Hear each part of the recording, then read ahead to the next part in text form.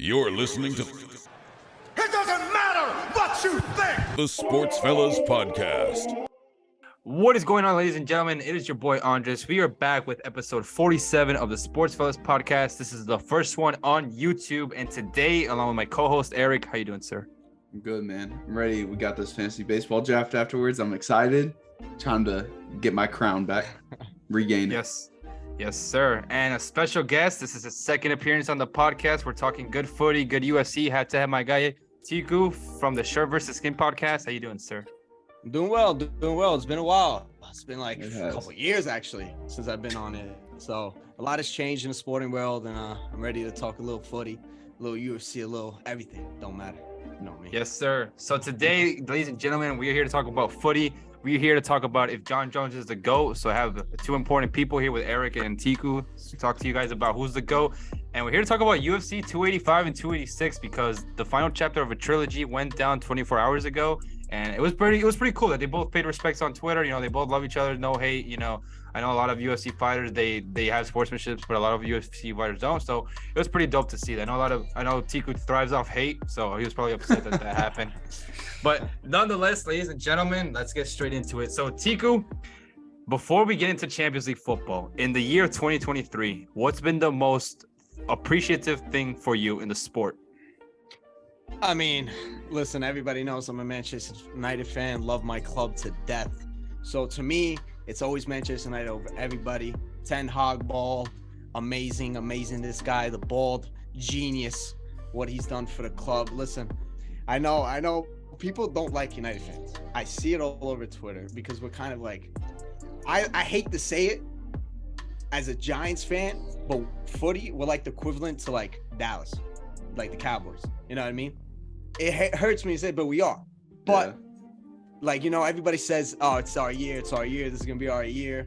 Even though I feel like I'm a very realistic United fan. I'm like, really, I do believe that. So, but overall, to me, the best thing has been Ten Hag, his improvement to Manchester United compared to last year, compared to the last couple years.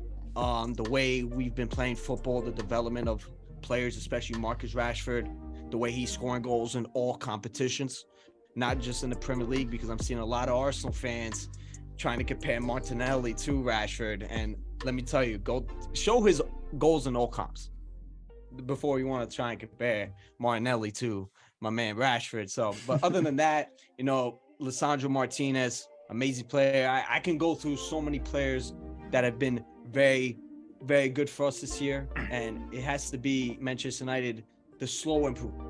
You know, I think we have a lot of momentum going our way to the summer with the club being sold. Hopefully that gets done soon. So to me, that it's been United. Outside of United, is there any like player or any team or any occasion in the year 2023, not the season, the year that's been like you caught an eye on? I know you don't like Manchester City, but obviously I know you're a big Haaland guy. And in general in Europe, has there anything that's caught your eye that you've been like, holy shit, this is happening? No, for sure. I think it has to be Napoli. The way they're playing their football, you know, I don't even know how to say this guy's name. I say Kavra, whatever. Kavra, yeah. We're gonna keep it short. We're gonna keep it short and sweet. Keep it short because listen, I say this on my own podcast. You know, if you have an insane name and people know how to pronounce it, you're good. I said about Jan Antetokounmpo, everybody knows it. Khabib Nurmagomedov, everybody knows that name. So you have to be good.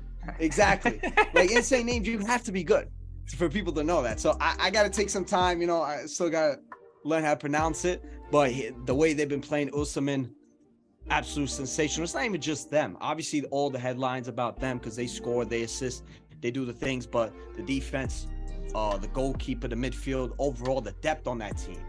From Simeone on the bench, Raspadori on the bench, Lobatka, the midfielder. Just amazing players. And they're there. You know, the way their bracket, how the Champions League is like, you know, structured, they can easily go to the finals, and it's one game. And to see Napoli win the league and to win the Champions League would be insane because how many years was it since Napoli won the series? 1990. Let alone the Champions League. So it's been 1990 was the last time they won Serie A. 1990, yeah. That's crazy.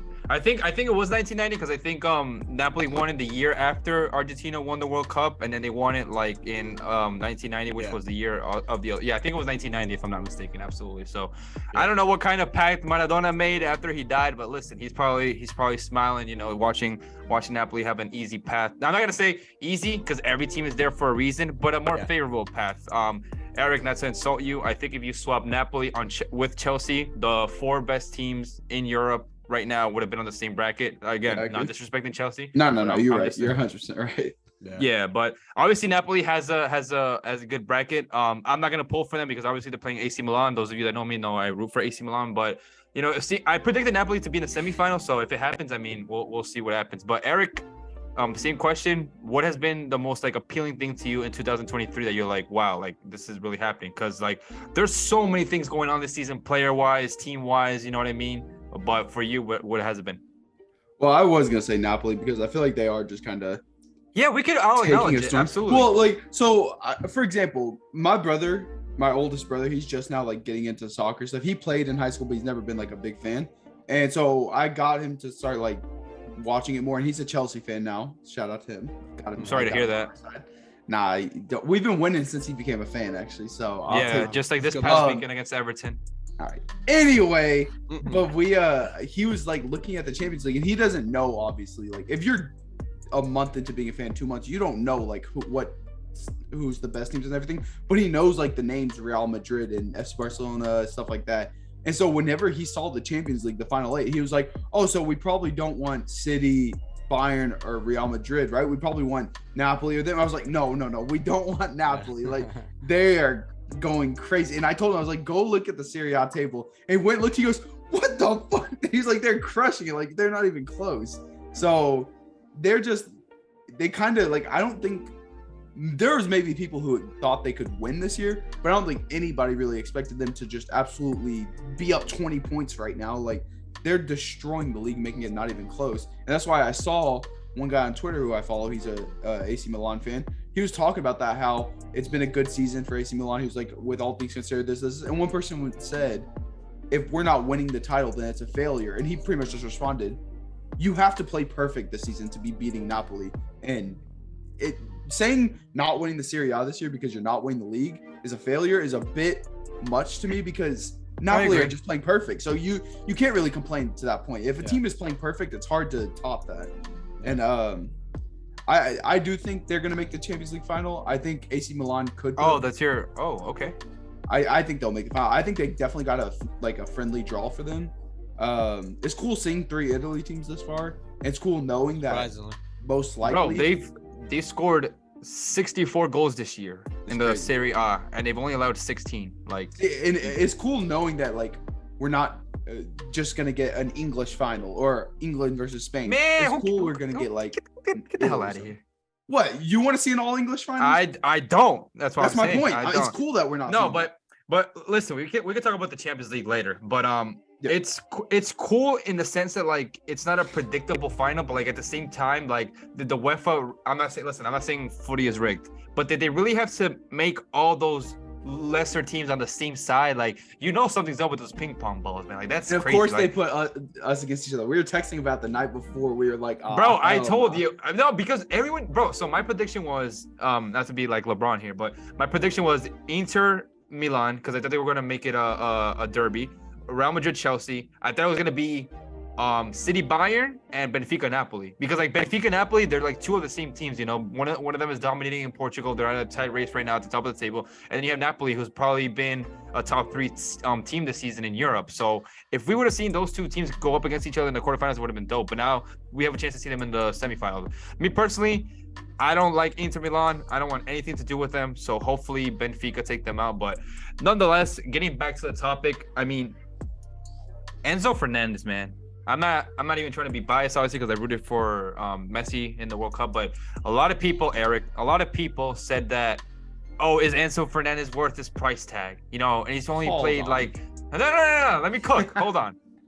It's been like 10 games. He's playing as a 6. He's not even playing in his natural position. He's playing as a 6 in Chelsea. Recovers everything. His pass started as well. His dribbling is amazing. Like he's fitted into Chelsea perfectly. Graham Potter, he hasn't been the best this season, and Eric will be the first to tell you that. if this Chelsea team had Tuchel right now with the amount of players that Chelsea has, I genuinely think they could have made a run for the Champions League. But now with Potter, I don't know, man. I feel bad because like Chelsea has a lot of likable players, but like I just can't respect them. I'm sorry. But outside of Enzo, man, Erling Haaland, bro.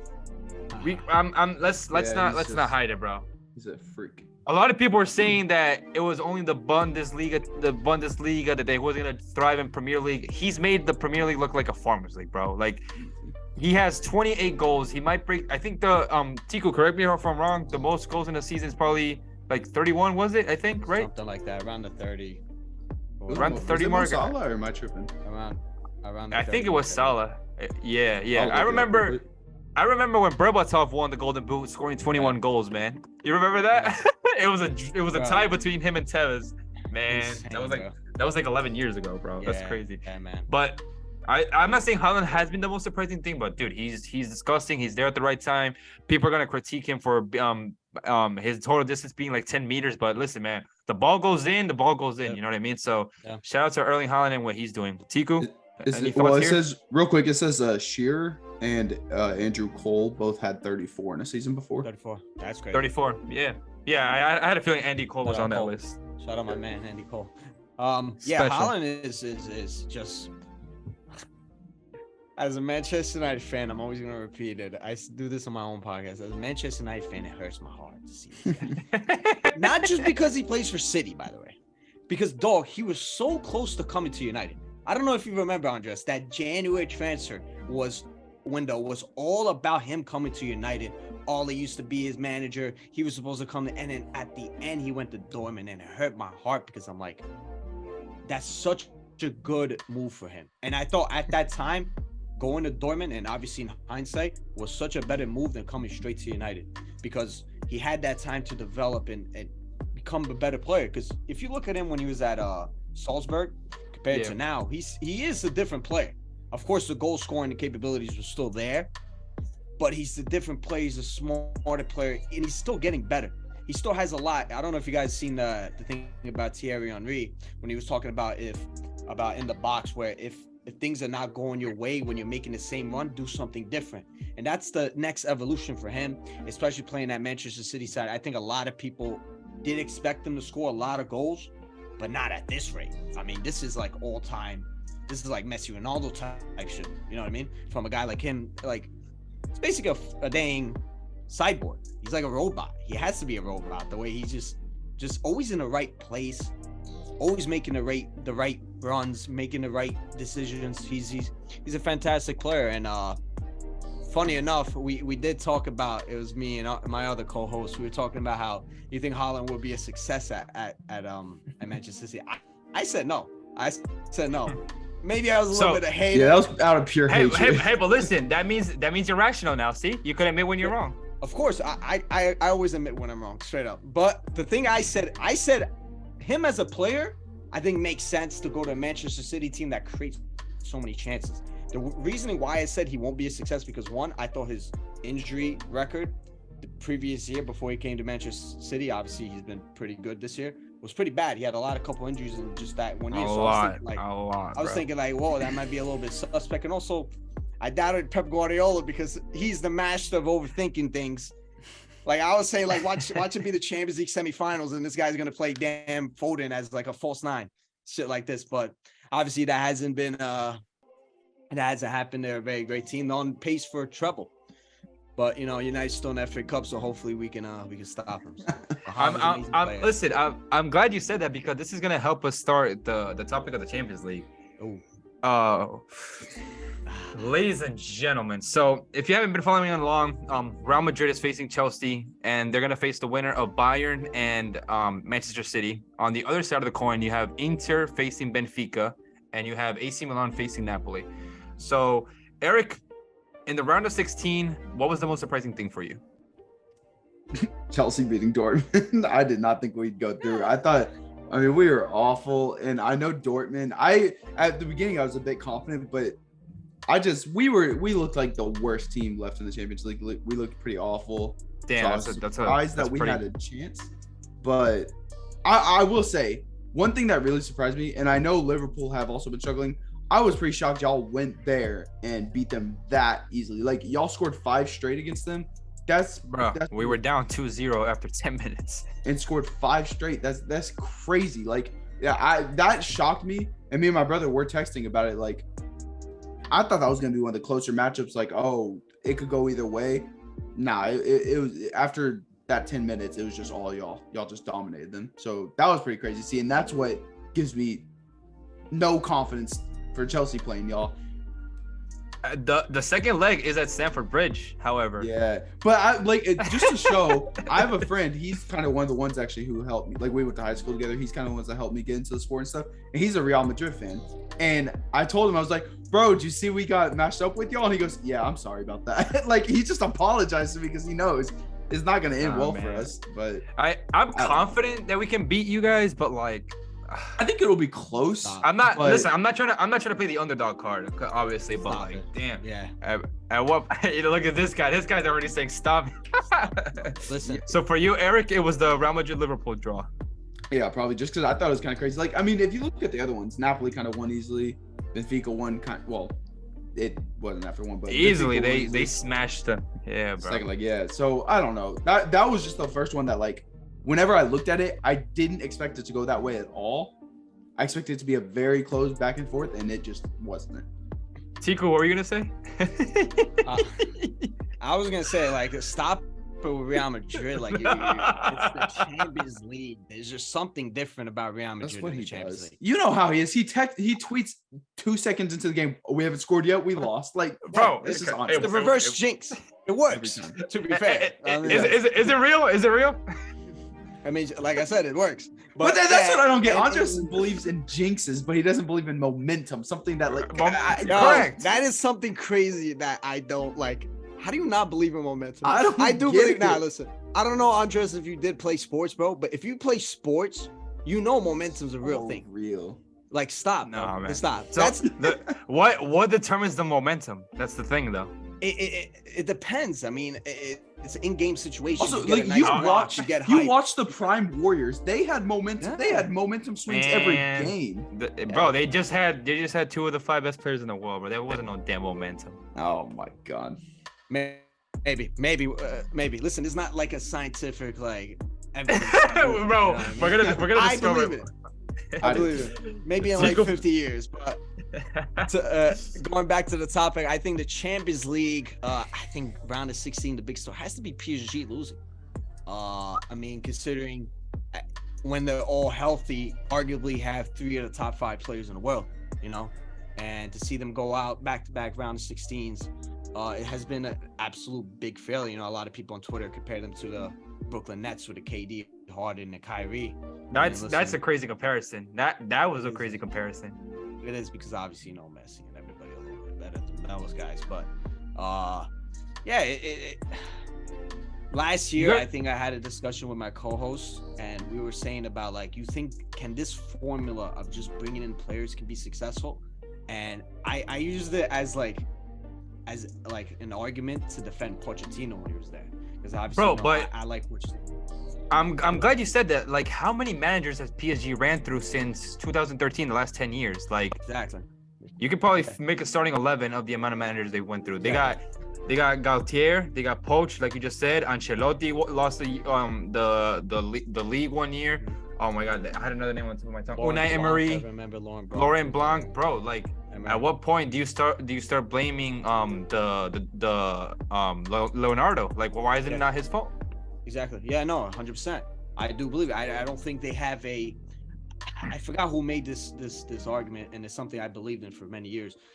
They don't have a style, like, you know what I mean, like something that they go to Makes them like, this is the PSG way, right?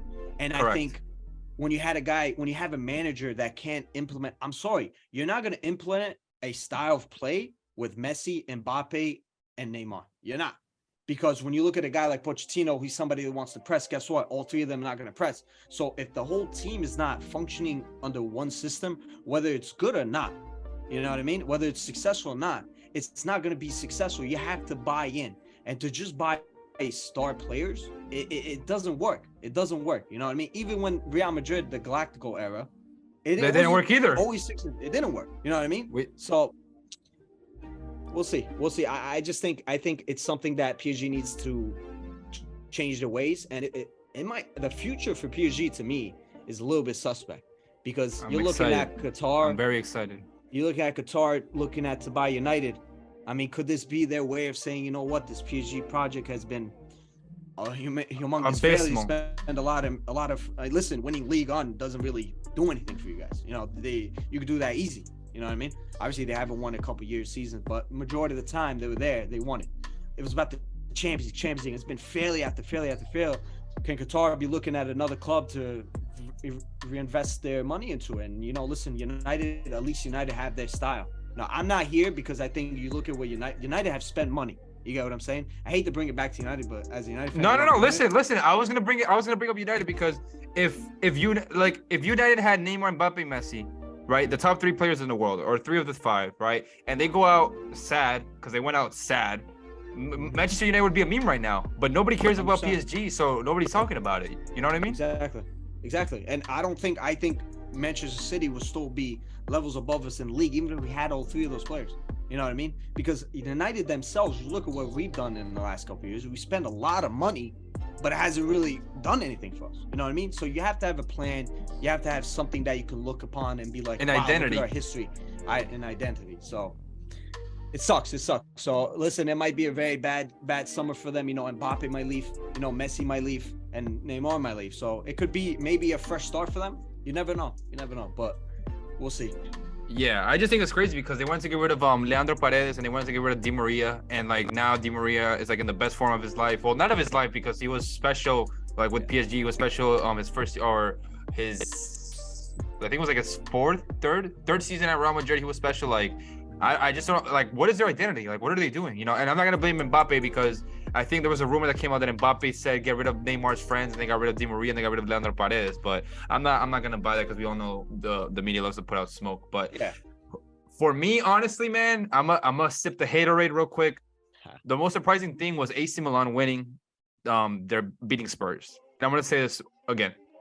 Antonio Conte has won 1 knockout stage game his last 10 years. That was with Juventus in 2013. Since then, he's lost 5 of them. We're talking about a manager that has not managed in the quarterfinals in the Champions League since 2013. Like, we're talking about Obama's 2nd presidency, bro. Like, I just don't like. Antonio Conte has been overrated for so many years, and a lot of managers say, "Oh, he was top 5. Oh, we need him at Real Madrid. We need him at this club. We need him at this club." Like, no, bro. Like, I'm sorry. Like, he said it the other day. I think he wants to get sacked by Spurs. You don't go out and say that, bro, as the manager. If Mourinho does it, Mourinho is fine. Mourinho's won the Champions League twice. The Chelsea players shit the bed for him when he got fired in 2016, the year after they won the league, and then the United players shit the bed for him a few years ago. And then what he turned out to what he said to be true, because he said, if you realize what goes on behind the scenes at United, then us finishing 2nd was an accomplishment, you know? So for Mourinho to say it, that's fine. But Antonio Conte saying that with the players, come on, man. Yeah. The thing about Conte is I think he's a manager that he's like a man. If you're in a crisis, you get a guy like Conte because he'll steady the ship. You know what I mean? I don't think he's somebody that you can have long-term success with. Obviously, you look at his signings and the way he like makes transfers. Go look at Inter. This guy was buying like Alexis Sanchez, Ashley Young from us. Like he Arturo Vidal. Exactly, but he's there to win now, and that sometimes the club needs that. I mean, Spurs probably needed that at that time. You know, they were moving a little bit crazy. I mean, going from Jose to Conte. Listen, the thing about Conte, he's a winner in domestic leagues. He's a domestic one. In Europe, obviously, you look at his record; it's abysmal. You know what I mean? But he's someone that can get you a trophy, can get you in a domestic thing, and he keep you afloat, win Champions, can get you to Champions League and stuff like that. Jose Mourinho, same way. I mean, obviously, you know, Jose's a multi-time Champions League winner, won the league multiple times. He's a winner. I do consider Conte a winner. I do believe that. I mean, you can't deny that. He's won and entered the past end with an amazing team. But 2021, yeah. Mm-hmm. Now look at Spurs now. Spurs had 2 of those managers, and they haven't even been close to a cup final. They sacked Jose Mourinho before a cup final. If you remember that. Yeah. How insane is that? What are they doing there? It's clearly, obviously, the players, you can argue a lot of the players don't have that right mentality, even though from the players from the Champions League final when you were there to now, there's a lot of those players have left. I believe it's only Lloris, Kane, and Son that started that game. And Sonny, yeah. You know what I mean? So there has been like more players coming in with different mentalities with different clubs. But now it has to be the mentality from above. It has to be the ownership. It has to be Daniel Levy and all those guys. Like at some point, like, dog, if I'm like a Spurs fan, I'm like, shouldn't they be asking these guys to leave? Because they make enough money. They made a whole new damn stadium, arguably the best stadium in England. You know what I mean? We missed the White Hart Lane, bro. We do. Honestly, I love all that. That's the thing about like Old Trafford. People want to like destroy it. Like, nah, I don't want to do that. But I don't want to. I saw like Spurs fans like celebrating. A couple that I follow were like celebrating their loss to Milan in Champions League because they thought it meant that he was finally going to get fired. So like I know they're like begging for him to be gone, which is crazy. But listen, you look at the World Cup, right? And not to be biased with Messi, but like you could take Lloris out of the Spurs, but you can't take the Spurs out of Lloris. Like in the penalty shootout, there was at least 2 penalties he could have saved. Like Messi's penalty, he could have easily saved it. If there was somebody else, he probably could have saved it. And the penalty that no. Anyways, and the penalty that Leandro Paredes had, it could have be saved as well. But like I said, man, Spurs got the Audi Cup, bro. What is? Listen, people want to talk about Damian Lillard being a loser, wasting his career, bro. Harry Kane, golden boot winner. 0 UCL moments, 0 national team moments, sent a penalty to Mars against France instead of making it 2-2.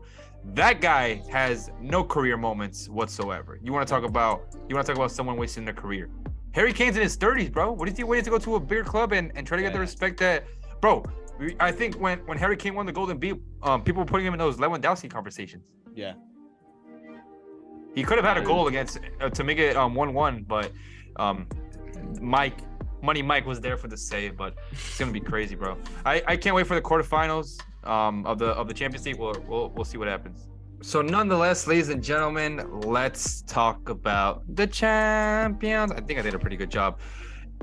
Tiku, I know you love being objective, so we're gonna go with you first. Man City, Bayern. Who wins this draw and why? And is Man City the same scary team as previous years, or are they scarier this year? I mean, I will say this. I think they are a scary team for sure. Obviously, you look at the overall. I think it's difficult in the league, because Arsenal have been very, very good this year, and they're winning games that some games they shouldn't, but they're winning them. You need that luck to be that successful. So City are still at that level. It's just Arsenal with them. They're a new team with new blood and everything and momentum that City don't have because they've won the league so many times. So they are a scary team. But obviously, the years of past have been better, in my opinion. But they have that big man that we talked about before, Haaland down in the middle. And he's a guy that can win you games. And when you have him, you're always scary. But then you look at this Bayern Munich team, and you look at the history that they have against Haaland. Haaland has a good goal scoring record against them, right? Yeah, I think he has 5 goals and 1 assist, but he's lost all of the games. But he's lost all the games. I mean, obviously, that was when he was at Dortmund. It's a little different. So it's difficult. I don't know, honestly. This is a very difficult. My prediction. It's easy for me to say, Bayern, right? Obviously as a United fan, it's very easy for me to say, but I'm trying to be as objective as I can. So I think I will go Bayern, though. I think I will go Bayern. I like Nagelsmann. I think they have a lot of talent. I think their defense. I trust Nagelsmann to set up the team to like combat Haaland and everybody, but it's also difficult because he's going up against Pep Guardiola, and the greatest manager of all time. To you, of course. To you. Damn, that was a bar. Okay, I respect it. That was a good alley-oop. That was a good alley-oop. But final prediction on the spot, bro. Gotta put you on the spot because listen, Upamecano and the league, they played fantastic against PSG. Yeah. PSG has nothing but vibes, but you gotta call a spade. Over the 2 legs, they dominated. Yeah, they're fantastic. That defense. I think De Ligt You know, he was somebody that was at Juventus, and a lot of people calling him a little bum, a little this. He's been fantastic. You wanted him at United too. I think that was one of the players I remember. Yeah. Oh yeah, well he's like the perfect, like, imagine if we got him instead of Maguire. Oh man. Oh my god, bro. Oh. And it was fantastic. I will go with Bayern. I think Nagelsmann is that guy. I think he's gonna set up the team and use tactics that Pep Guardiola has never seen before. And all right, they have talent there. So. It's 7:18 Eastern Standard Time, Sunday, March 19. So we're making our predictions way ahead of time. So Tiku got Bayern. All right, Eric, in your non-biased opinion, who wins this draw and why? I was also gonna go Bayern. I don't know if they're like the best team in the world, but I think they have as good an argument as anyone. Like I think they're just a very well-rounded team. I do think Nagelsmann is a great. I think he tactically he is very good. Whenever I watch them, they like. I never watched Spain back in their like glory days, but the way people talk about how Spain just tactically outmatched everyone, it feels like whenever I watch Bayern, it just feels like they're just tactically like dicing people up and stuff. Yeah. So that's just kind of what I imagine it as. I feel like I know it's kind of corny and it's not, curses aren't a real thing, but there's something about this Man City Champions League curse. Like they can't get it done when they need to. You know what it is? You know what it is? It's not Guardiola. Even curse, he's gonna say Guardiola. No. It's not him. No. It's not. It's not a curse. It's what we talked about before. It's mentality, identity. There's some players. There's some teams that just don't have that club mentality and history that can make them successful in Champions League, at least to win it. You know, because City had made it to the final, made it to the final, blah blah blah. But to win it, PSG. You know, and City are the two main clubs that, you know, you look at it. They invested so much money, which was what you were talking about earlier. Yeah, exactly. You know, and Pep Guardiola is a guy that's made for the league. Yeah, there's certain clubs that like turn up when it comes to Champions League. Like they just flip a switch. Like Real Madrid last year, they were good in the league, but whenever it came to Champions League, they were playing. Me and you were talking about, Andres, one of the toughest roads to a Champions League ever. Decade, like ever, crazy. bro. And they just turned on a switch and ran. The year before that, Chelsea had no business winning it. Whenever it came to Champions League, they would always just flip on a switch. Man City, we haven't seen them be able to do that yet. Just flip on that switch and just turn to a different level. Yeah. They are a domestic team. It feels like they have great success in domestically, but when it comes to European, they can't get it done. They just can't. And I don't see. Obviously, Haaland's there, and I think he's incredible, just like you. But I don't really see a reason to now think that they can finally get it done. And I don't know if Haaland is a reason to then put them over the hump like that.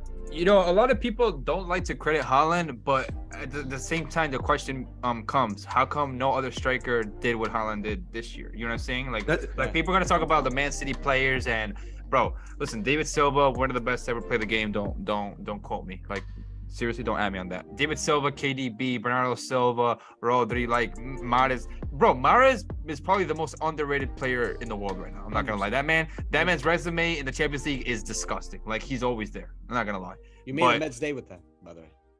Shout out to a match. Shout out to Shirt vs. Skin. But listen, man, Mahrez deserves his flowers. But listen, like you guys said, you know, it's funny because Tiku hates City, but like we're calling a speed right now.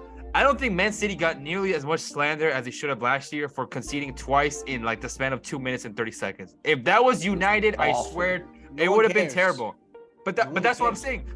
Like, listen, City has been better. City has been better than United the last. I'm gonna say the last decade. Yeah, the last decade. But when people talk about United, it feels like they slant. Like, I'm not even trying to be biased because like I don't have an attachment to United as I did prior, but like I still have like a little love for them. But like when United loses compared to when City loses, it's just not the same feeling. I don't understand. I mean, it's kind of like you were talking about. United are the Cowboys. When Cowboys lose, people like celebrate. People love talking about the Cowboys losing. But like another team, I don't know. When the Giants lose, it's a big deal, but it's still not going to compare to when the Cowboys lose. That's kind of how United and City are. United are that team. They're the Yankees, basically. They're the Yankees. They're the Cowboys. United has actually won a Champions League this century. Can't say the same for the Cowboys, but anyways. Fair enough. Love that. Love that. It's the truth. Man, I really don't like the Cowboys, but It's hard for me to pick on this one because I may get my bias in the way. I obviously want Guardiola to win another Champions League, but I don't. I'm gonna say it the other way around. I don't think either of these teams as previous years, but I don't see it with Bayern this year, man. I really don't. Their as defense a Madrid is fan, cooking. who would you rather play as a Madrid fan, like in the next round? Holy shit, man. You're putting me on the spot. Oof. I'd rather play I'm gonna City say I'm gonna say City just because of like Tico alluded to earlier, the mentality, man. Bayern has at least have that mentality. But like I said, you need an identity to win the Champions League. You need football to win the Champions League. You don't just buy players and call vibes and stuff. But I'm gonna go Man City. Yeah, go ahead. So my bad. No, you're good, bro. I think the second leg is at Allianz, however, and that's gonna be Pep's return to Munich. I'm telling you, the scriptwriter's gonna be in their bag for that one. I have a question though. Is this the first time Pep has faced Bayern since leaving? I feel like that, right? Yeah, because in 2015 he faced Barca with Bayern. In 2016 they lost to Atletico. 2017 was his first year. They finished third. 2018 they lost to Liverpool. Yeah, 2018 they lost to Liverpool. I think so. Yeah. I think in the semis, right? No. It was a quarterfinal. I remember Liverpool won the first leg 3-0. No, I'm lying. 2018 they lost to, bro. Monaco. Was it in Monaco? 5-3. Or was that 2017? That might have been 2017. But anyway, so they lost to Liverpool. Then 2019, 2020 they lost to Lyon. 2021 they lost the final. 2019, bro. Who did they lose to in 20? Oh, Spurs. I'm stupid. Yeah. I remember. VAR. That was amazing. Oh my god, that was amazing. I drew a blank on that.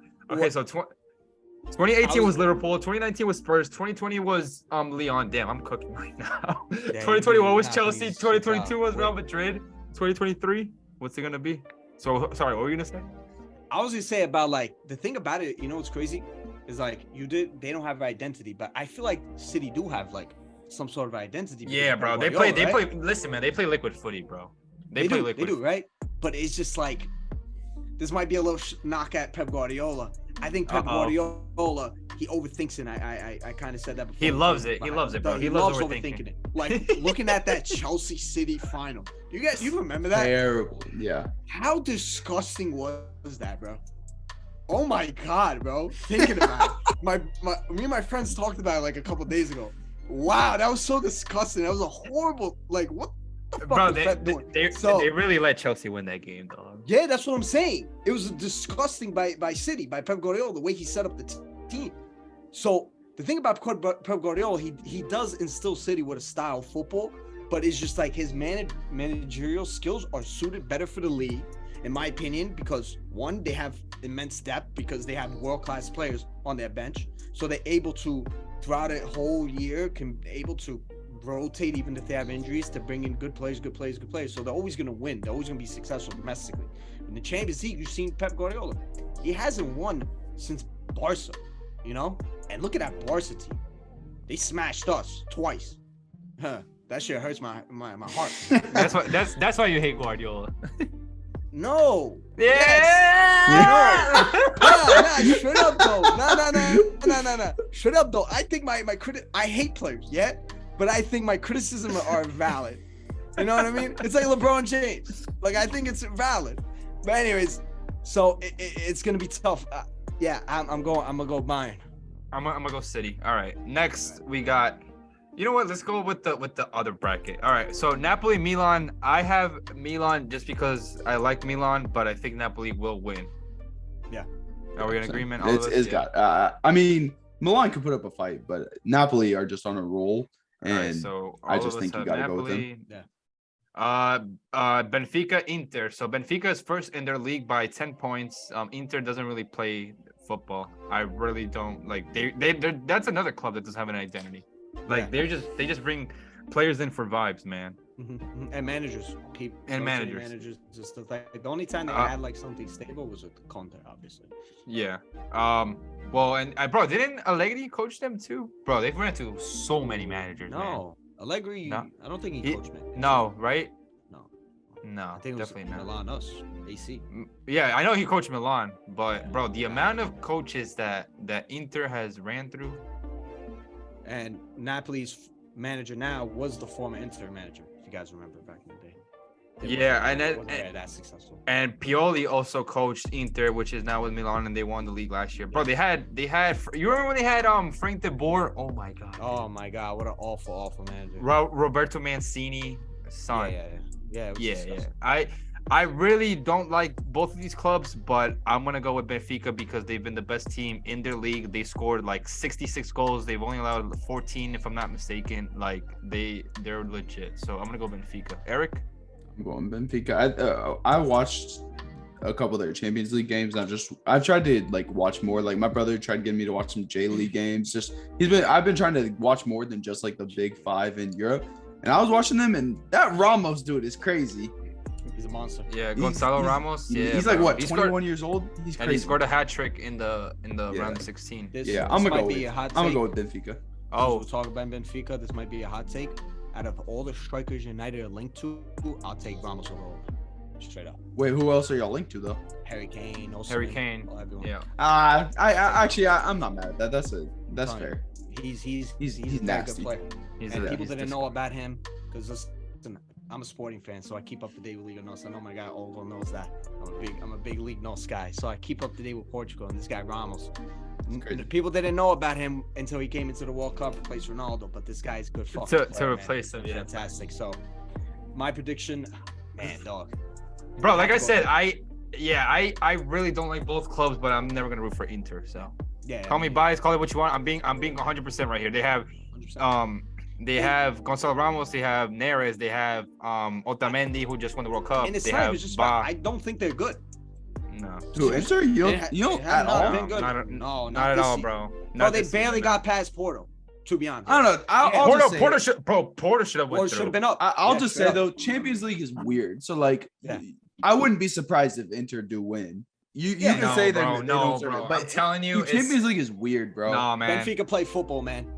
They do, and I think Benfica will win. I think they're the better team, but I don't think you can ride out Inter like that. Yeah. Bro, I'm telling you, people think this shit's gonna be close. All right, then I'm going Inter. Just all right. Hey, all right. We peer pressure. I got a rooting interest in this. Hey, listen, that's fine. I love it. We peer pressured him. Who should I go with first here? Because one of you guys hates Chelsea and the other guy is a Chelsea fan. You know what? I hate Chelsea straight up. I don't.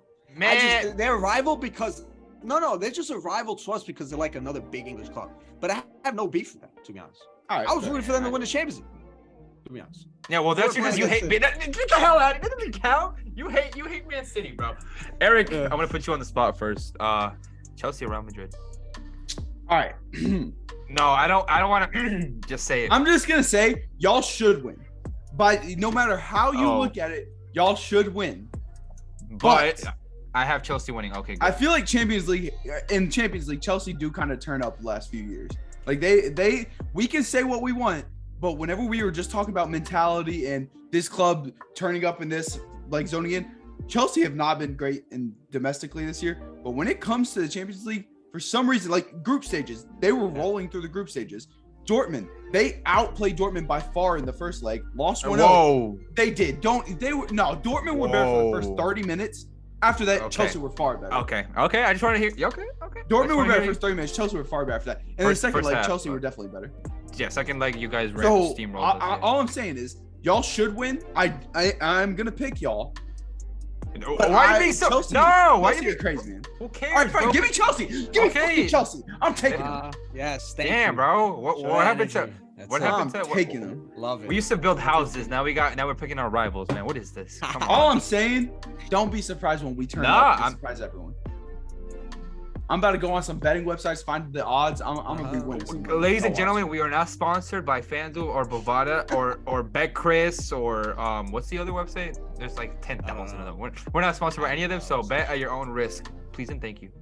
Tiku. Unless they want to sponsor SVS and hit online.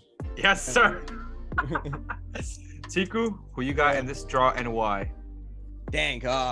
Listen, I did talk about like, let's not. It's Real Madrid, right? You know, you have to go with them. It seems. Hey, we're gonna have Conte back though. Yo, Shit, Conte. And he turns up when needed. He's a little cooked now. He turns up there. No, that's a good shout. You know what's crazy? Obviously, I will say Real Madrid will win. I'm gonna go with that because it feels hard to go against them because I feel like they just get the job done. When in the Champions League, they remind me of like the Warriors. You know, they get the job done, and they had not this year. They have this thing. I mean, in the league, right? In the league. Well, the Warriors this year. Yeah. But I'm saying like, who cares about Peach Bowl, anyways? Straight up, worst sport in the world by far. Bro, today we had Formula One.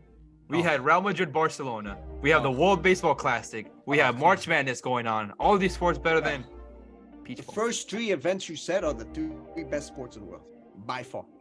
And we had UFC 286 this weekend. Yeah, F1, baseball, footy, and combat sports, boxing and everything about it. Bro, I heard boxing has a really good calendar the next few months. I know good. I know you guys are excited. Amazing. Yeah, I'm excited. Yeah, that's my first love. But going back to the Chelsea Real Madrid, I will go with Real Madrid. We get carried away. Even on our podcast, we do the same thing, but it's fun. But going back to it, I will go Real Madrid. But there's something about Chelsea that I feel like they're getting it going at the right time. Dude, yeah, bro. Like they've been playing good footy the last couple last month. Yeah. Since Potter's been really on the hot seat, you know, since everyone's trying to axe for his head and this and that, they've been doing it good and they have talent, and it's tough to always go against a super talented team, which they are. They're disgusting, 1 through 11. Yeah, bro. Yeah. But it's funny because Eric said it was like a month ago. Eric said, watch, Potter's on the hot seat. He's gonna win this weekend like 1-0, and they won that game like 1-0. I forgot who they were playing, but like, and then from that game on, I think it was Leeds. Yes, I think it was Leeds. Yeah. But since that moment, they've been doing that. Which doesn't make sense. I never understood this.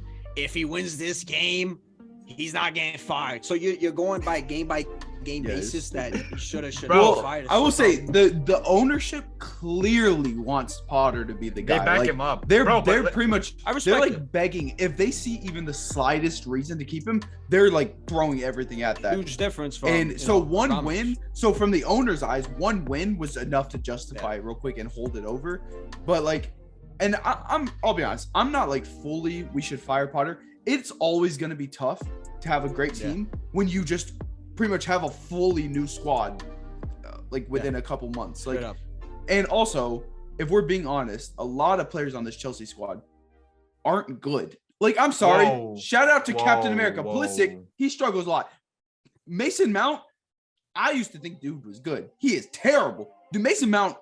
Chelsea has likable players, but I don't think like Mason Mount is not good, bro. They have Joao Felix. He's good. Yeah. Of the new players, yes. I'm talking about older players. Okay. I'm talking about older players that we like are trying to replace. Like, because I think Reece James, elite. I think Mateo Kovacic even. I think he's good. But like Kai Havertz, he struggles a lot. Mason Mount, he was not good. Like, you look at a lot of our older players from the squad at the beginning of the season, we did not have that much talent, honestly. Hold on, ready? Raheem Sterling. Hey, no. I'm a Raheem Sterling fan, so I'm gonna give him his flowers. No. I'm saying he was injured. I'm saying he was injured. I'm not trying to be biased right now. I swear I'm not. But I really don't think Tuchel deserves to get fired, bro. I don't either. No, I didn't want to fire. I wanted him to stay. Yeah, I never understood that.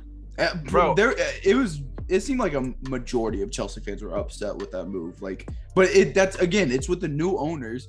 They had a certain vision, and Tuchel didn't fit that. So they, at the first chance they got, they got rid of him. Eric, if you were a Chelsea fan when Roman Abramovich was the president, you would have been done with the club. I'm telling you, bro. If you lost like 3 or 4 games, that was it. Well, and Tiku knows this. Chelsea used to run through managers like it was like I wanted Lampard. So I became a fan when Lampard just got hired. I hated him. He was terrible. I don't know why he got hired, bro. He was such a bad manager. Frankie Lampard, man. We're gonna have a discussion about it. We're gonna have a discussion about it one day as a player. But wait, what's that mean? Is he better than Bruno right now? Nah, fine. Bro, is Bruno a real player? I don't know, man. But nonetheless, Bruno. I'm gonna go Real Madrid, obviously, for obvious reasons. I'm not gonna bet against my club. The number one rule in betting for the people that do bet: do not bet against your own club. But I don't bet, so 100%. That's 100%. See, thank you, Tiku. But nonetheless, it's been a good dialogue about the Champions League in football. But before we get to the next topic, I want to ask you guys straight up, Haaland or Mbappe, and why? Because for me personally, I think Mbappe is the better player at everything, and I don't think they can be compared. Because it's two different positions, excuse me. But they're better at different things, so yeah, it is kind of tough. Like I think Haaland is that guy. Things, plural. Huh? Things, plural. Well, Haaland is that guy who he's always in the right place. It feels like he is perfect at getting to the right place. But I think if we're talking just like technique and like aura, if you have him on a run and you need him to go score a goal, I'm gonna put my trust more in Mbappe. I think I would lean Mbappe, but man, I've been on the Haaland train since right when I started getting into the sport and like I was learning about him as a player. I thought he was incredible. I was even talking about how I was begging for him to come to Chelsea. That was never really a realistic thing that could happen, but I think he's incredible. So I'll give it to Mbappe, but I think it's pretty close, honestly. Tiku, I know we've had this discussion like 500 times in the group chat, but I mean, I think it's Mbappe. Listen, Haaland is a fantastic player and he scores goals. And at the end of the day, you can be the most fantastic aesthetic player, but goals when you get games. And that's what listen, does, man, aura means something, bro. I'm telling you. 100%. It does. But that's the thing. Like, I think Mbappe impacts the game way more. You know, he does a lot more things to break down the defense. He gets assists too, bro. And he scores goals. He's not like bro, he has 31 goals on all comps, you know, this year alone. And then he gives you assists. So he's up there with Haaland in terms of overall goal contributions. Maybe he's not scoring the goals, but he's also giving assists and impacting the game. Better overall player technique, skill, and everything. And listen, I don't know how people can look at, or how can people have watched the World Cup finals still think, what's his name? Dude, he's incredible. And I know On just got a little agenda about how Mbappe was gone, like invisible for half the game. It's fine. Whoa, hold on. He was invisible the first 75 minutes. He was. Oh, it's fine, bro. Listen, but it's like, you know, he showed up when he needed to. Exactly. It's like I don't know about when he needed to. He showed up. What you mean? Did he not tie it up? How's that not when he needed to? I don't know about when he needed to, bro. Man, I don't want to. Well, hold on. The third goal was because of a handball. It was a clear handball. Obviously, he shot it. The second ball, it was. Oh shit! I'm sorry. Damn, well, my fault. The second goal was a banger. There's no denying it. And then the first goal, it was a stupid penalty that shouldn't even have been a penalty, because if Otamendi just clears the ball, then it's a different thing. But anyways, top 5 players right now. Eric, quick. I'm gonna put you on the spot. Quick. I don't know. Don't put me first. Don't put me first. No, in order. In order. No, yeah, I don't know. My knowledge isn't on y'all's level. I'll go first. Since Neymar is injured this season, I'm talking about this season. Messi, Mbappe, Vinicius, Kvara. The 5th spot can be Marcus Rashford or Erling Haaland or Victor Osimhen. I don't want to mispronounce that. A dialogue needs to be had about Kevin De Bruyne. He's a fantastic player. We know who he is. But I'm sorry. A top 5 player in the world cannot be someone that said we're not good enough to make it out of the group. He said that about Belgium after they lost 2-0. He can't get that nod. I'm sorry. Are we in agreement? I mean, I don't know. I disagree with that. I'm not saying he is a top 5 player, but I don't think him saying that eliminates him. No, bro, but Luka Modric just dragged Croatia to the semifinals again. I'm not, like I said, I'm not saying he's top 5, but I don't think saying that eliminates you from top 5 10, I would say. I think top 10 is fair. All right, I'm sorry, man. Which is fine. Yeah, it's fair. Listen, I'll go Mbappe number 1. I'll go Messi. I'll go Kvara. I think Osimhen. And dang. It gets tricky, right? Because you got Rashford, you got Haaland. I'm going Rashford at 5. I'd probably have those same 4. I think I'd put you know what, bro? Yeah, hell yeah. Rashford. Okay. Yeah, I'd have Rashford 5. Top 5. Bro. Yeah, I'd have the same honorable 5. mention. Switching that. Yeah. But I think he's crazy. Yeah. Honorable mention. My boy Antoine Griezmann. Fantastic from the World Cup to Atletico. Fantastic player. Griezmann has been lights out since the new year started. I agree. Straight up, amazing player. So y'all think pretty confidently Neymar healthy is still easily top 5? Oh, easily. Yeah. I would have put him in my top 5. Yeah. Yeah, he is. 100%. Eric, Messi. I probably Mbappe, Messi, Rashford, Kvara. Whoa, not that order. Wait, I'm not. I'm putting dude. Oh, you're saying just the top 5, not in order? Yeah. I'd have the same 5 as him. I think my order would just be a little switched, but I don't know. I do want to put Haaland in there just because.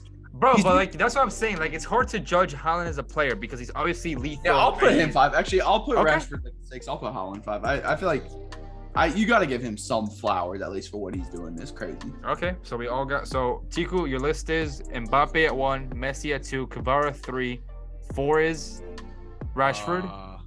No, Neymar. No. Well, Neymar's hurt right now, so Oh, Like okay. this Then season, it would be yeah. Then it would be Osimhen. I'll put and then Rashford. okay. Eric. Not in order. I don't know my order for sure, but Mbappe, Messi, Kvara, Haaland, and then am I forgetting someone? I don't know. Rashford. No, is he top 5 though? Bro, he's Been cooking for sure. All right, yeah, I'll go Rashford 5. I Okay. feel like that's Premier League bias kind of for me, but Well, you could say I'm biased with Vinicius, so it fair. evens Also, out. I don't think maybe it is like a big hot take that Osimhen's better than Haaland this year. I don't know if people Ooh. might think that because I do think he's been better than him this year. Haaland might have more goals, but Mane. Osimhen has been fantastic. You know, best All striker right. in the world. Nonetheless, ladies and gentlemen, moving on to the last topic of the night. Tiku, straight up, is John Jones the GOAT? Yes or no? No, Oh, he says no. He said no. no. I love Oh. it. All I'm right, with it. Eric, straight up, is John Jones the GOAT? Yes or no? I got no. No. Okay. Yeah, he is. So yeah, I think he is. I think Yeah, I think do. you. Oh, you do. I Okay. do, So yeah. Tiku, you know the sport obviously. So what's John Jones's? Oh wait, no. Who's your GOAT first of all? If he says GSP or Khabib, Habib, it's my guy. Khabib. no Okay. way he's over And I'll John. explain it. I will. All right, yeah, I hold wanna on, hear it. hold on. Okay. Before you explain it, what are Khabib's best 5 wins? Oh, dang. I mean, in order or not? Obviously, Connor. Not Connor. Okay. No Uh, order. I'm No just order. gonna No say order. No order. Connor, Gaethje, Poirier, Barbosa was a big win, you know, and obviously Alaquinta. Okay. Eric, who's your GOAT? GSP? No. Nah, it's John Jones. It's gotta be like Okay. I what's, don't want What's it. his? Hold on. What's his 5 impressive wins? Okay, can we be honest? I'm a Daniel Cormier fan, but I'm just gonna say, can we be honest and say that both of them are wins, not the one no contest? Like we can count Yeah, them they're- both as wins. Okay, both of his. No, you're not gonna count. I know. But, Bro, look at his face. okay, just to clarify, do you have a John Jones agenda? No, I don't. Actually, I really don't. Really? I do. I still Can think I explain why I don't think John Jones will go? Because then it'll make everything like that. I Yeah, think it's great. let me hear it. Let him cook. Well, actually, yeah, I'll finish real quick with my top 5. I think Cyril Gahn, that one has to be up there just because he moved up and did that, and it was in such dominant fashion. I'm not saying Cyril Gahn is a top 5 guy he's faced. Okay. You could argue actually maybe Cyril Gahn's crazy, but Both Cormier wins. yeah, both Cormier wins. Cyril Gahn, Vitor Belfort. I feel like just because the impact that had on his career and it kind of set the way, Okay. and then I'll go Gustafsson. Gustafsson in his prime was Okay, this is gonna be a horrible way to compare it, but I'm the moderator, so I don't care. Who has a more impressive top 5? The one that Eric just said, or the one that Tiku just said? Eric, easily. Oh, yeah, I think it's definitely that. I think the one thing you could look at though is like if you look at John Jones, whether it's you look at against Dominic Reyes, Thiago Santos, I guess those are just the 2 main ones right now. You could argue he lost both of those.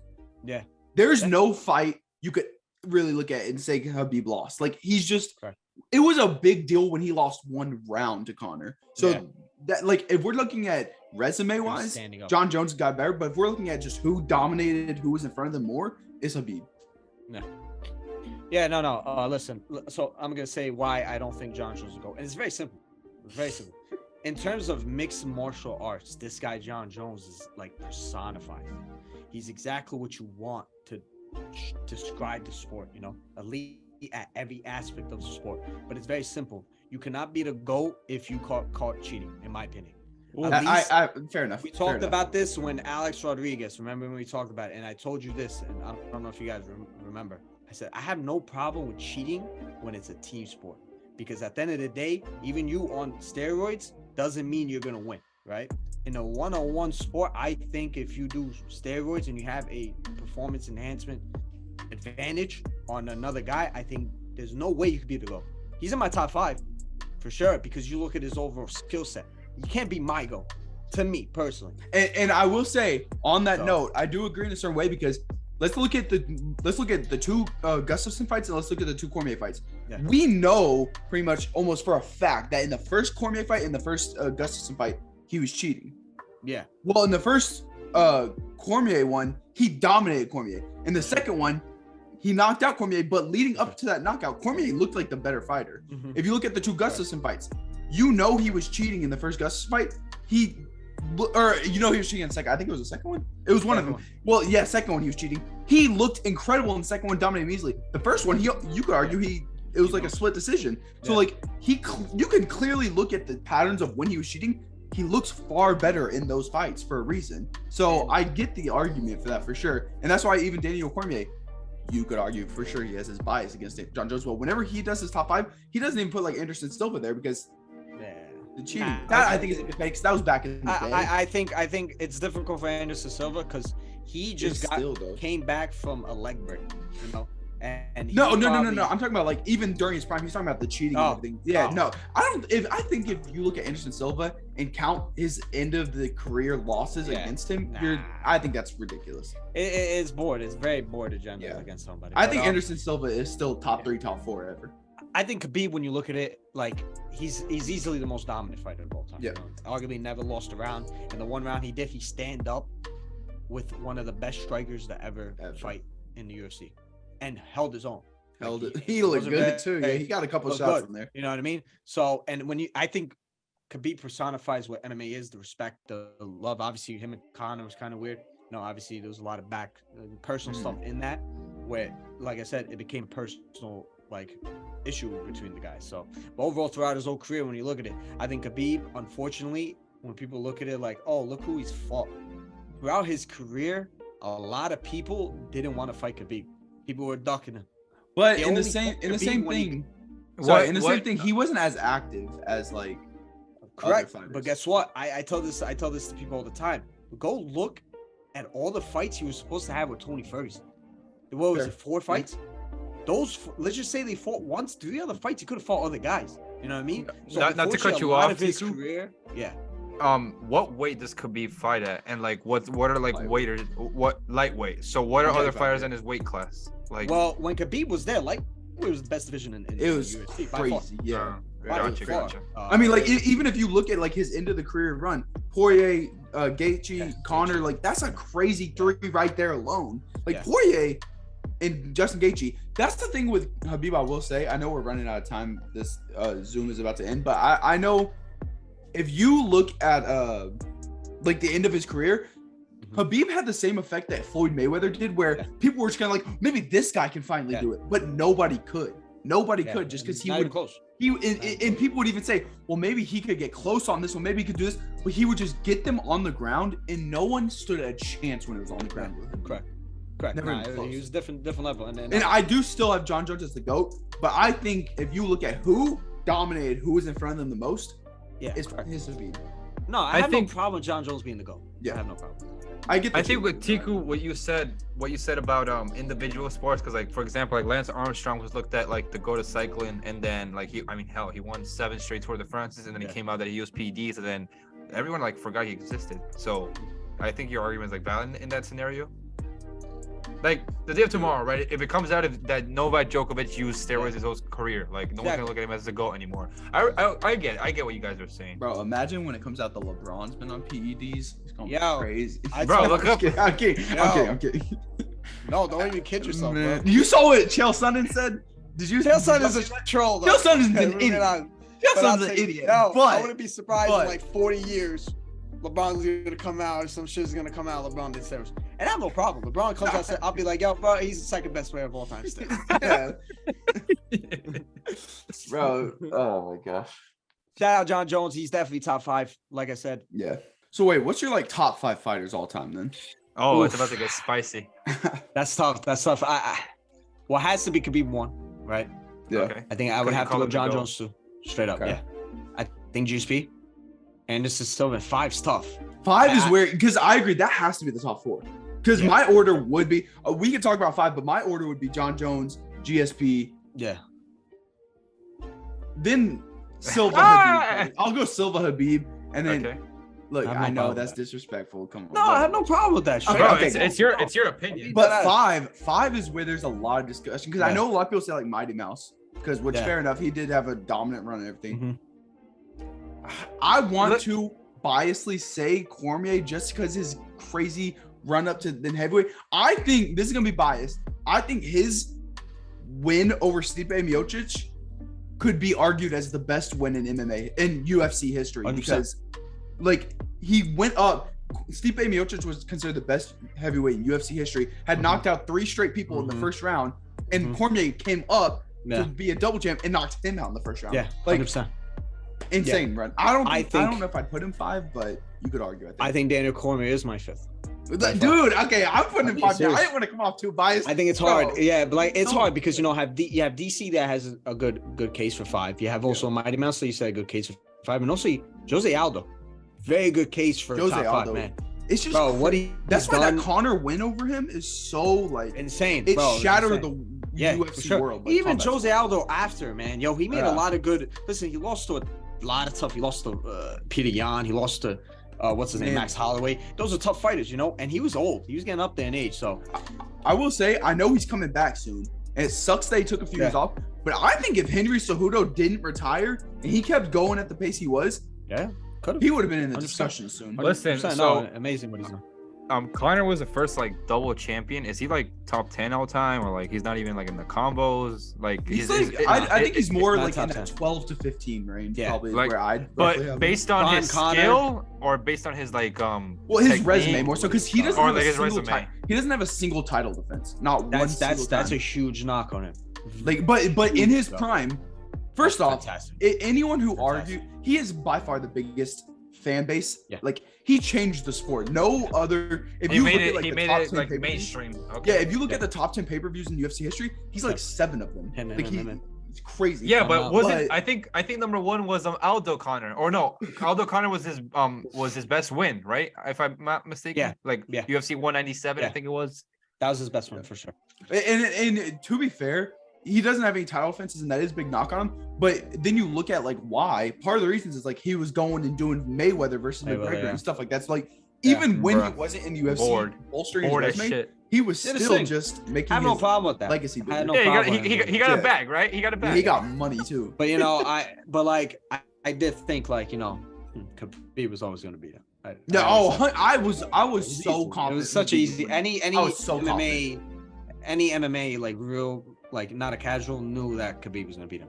But I going look back at to it your- the same yeah. way as I look at Tyson Fury, Deontay Wilder. I was so confident Tyson Fury. It's so yeah, 100%. So going back to your Daniel Cormier, because I know we want to talk about the UFC event that just happened yesterday. He did come up in weight, but I thought he was always a better heavyweight. You know, I did too. At lightweight, he had to cut and do this. Even when he was in Strikeforce, he was amazing at that. That Stipe trilogy was insane, even though he lost 2 out of the 1. When you look at the second fight, dominating that fight. He was so good.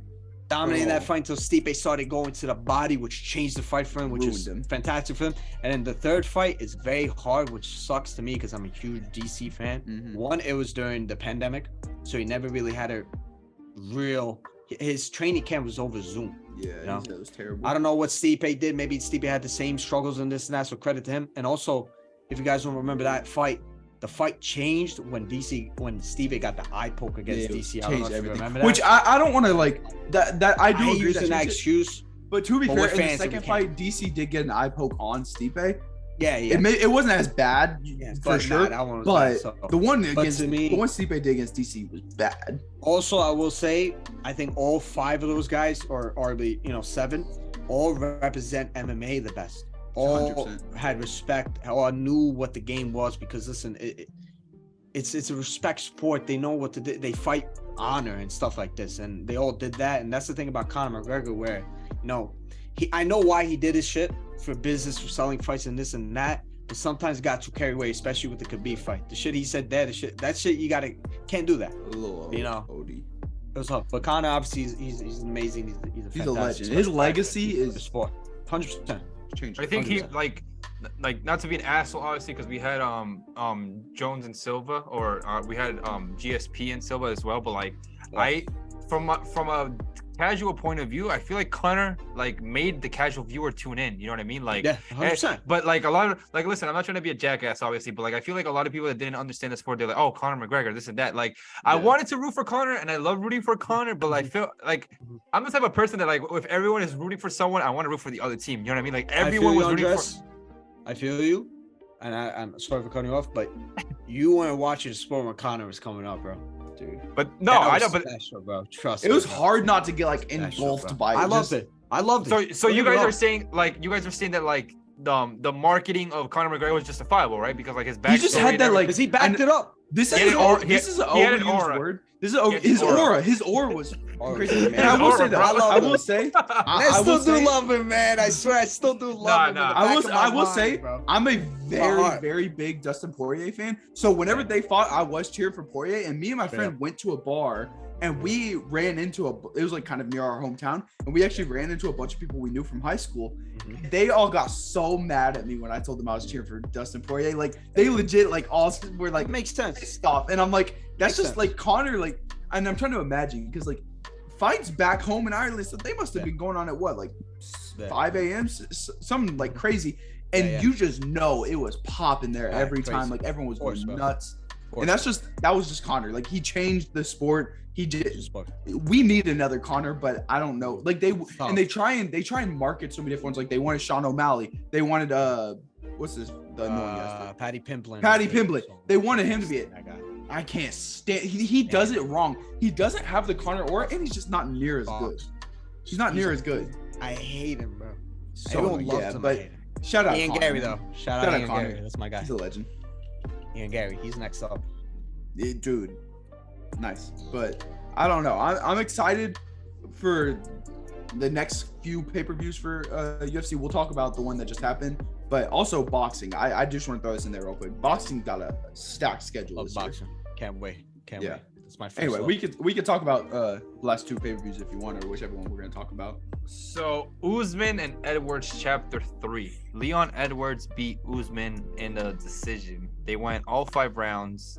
Tiku, was this the justifiable winner?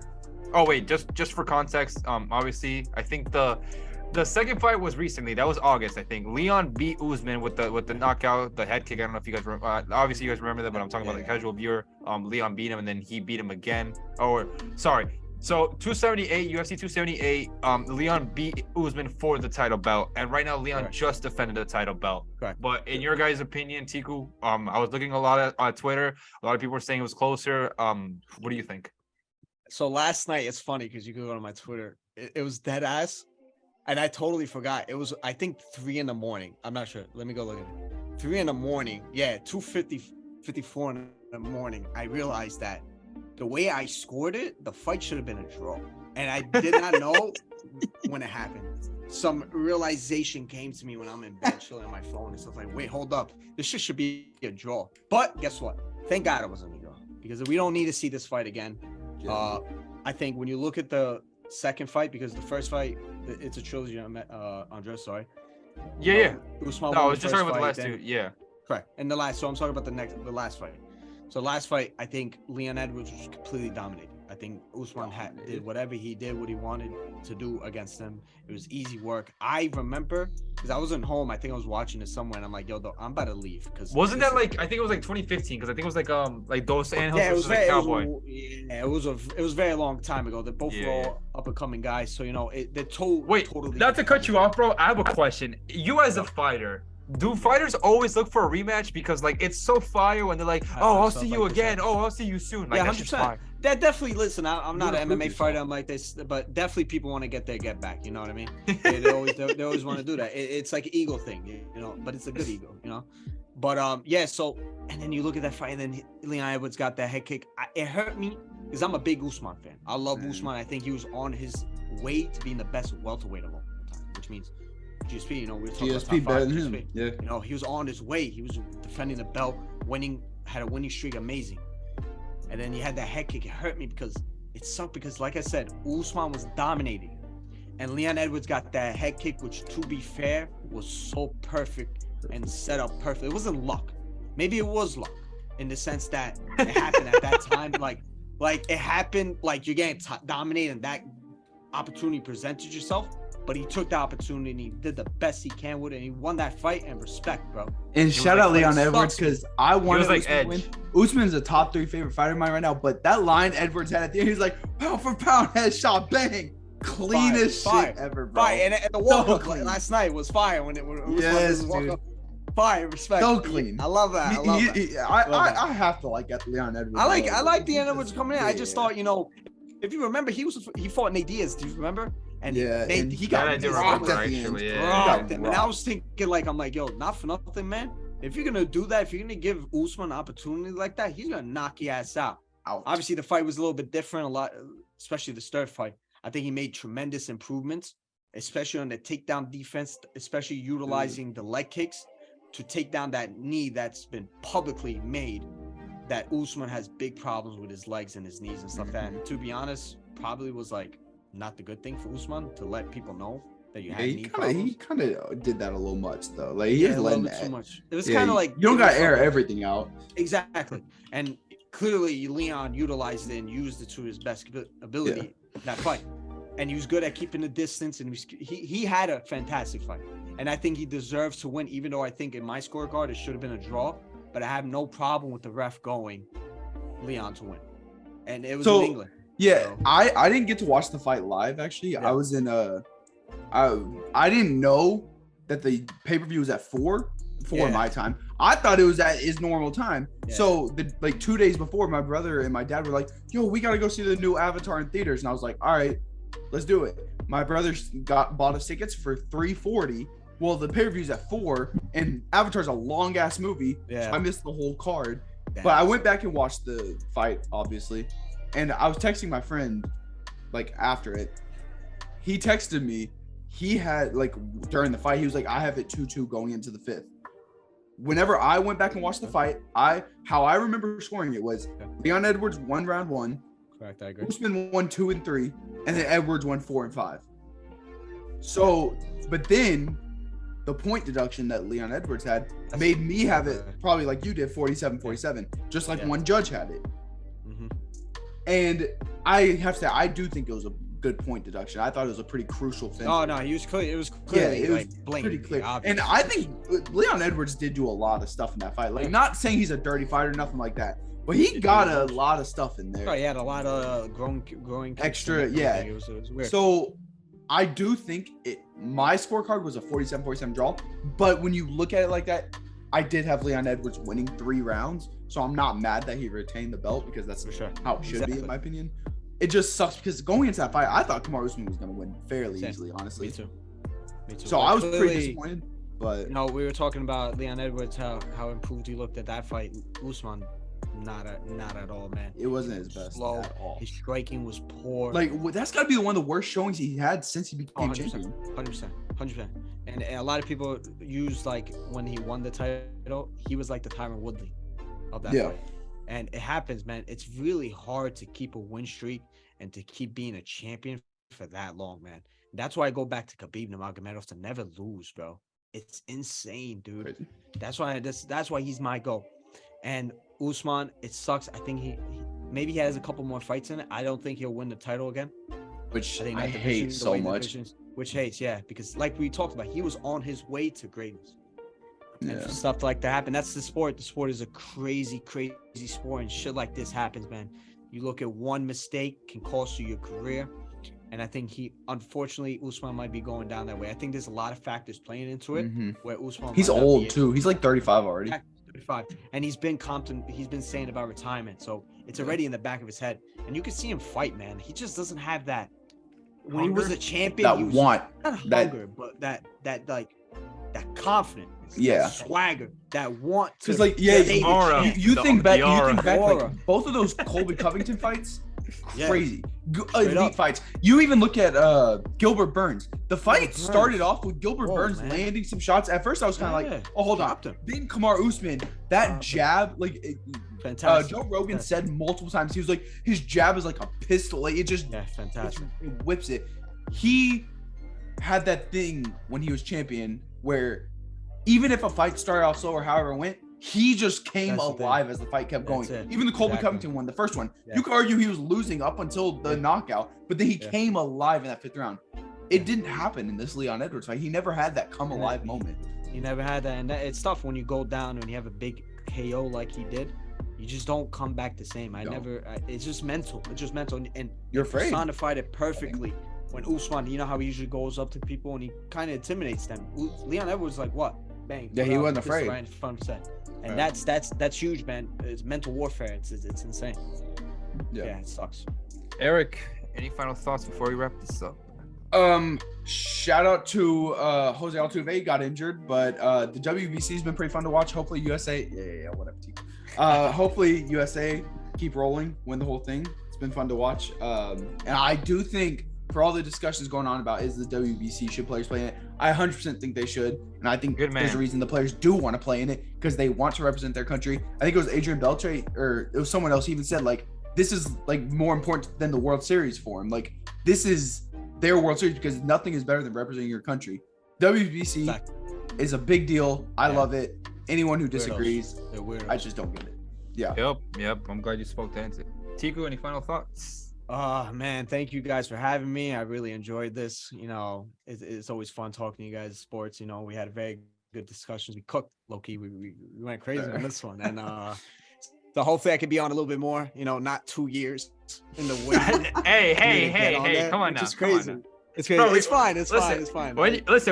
Maybe we'll have you back to discuss the Champions League and see our predictions. We'll see. I'm down. If you guys, if there's any big events, and then you guys gotta get on us. Well, that's why I wanted to have you for the John Jones fight because I knew I knew your sentiments towards John Jones and his, and I'm like, bro, we gotta link this up. Sure. And I don't know if you guys remember when you guys were last on, we had the little trivia thing. Yes, that was so much fun. We gotta do that again. We gotta do that again, bro. Yeah. Yoni's good with that, and you didn't know who Drogba was, but obviously. No, I knew who. No, don't do that to me. I knew who he was, yeah. but I didn't know. Like, come on, man, don't do me like that. Yeah, he cooked you, bro. That's it. Let's end the episode right there.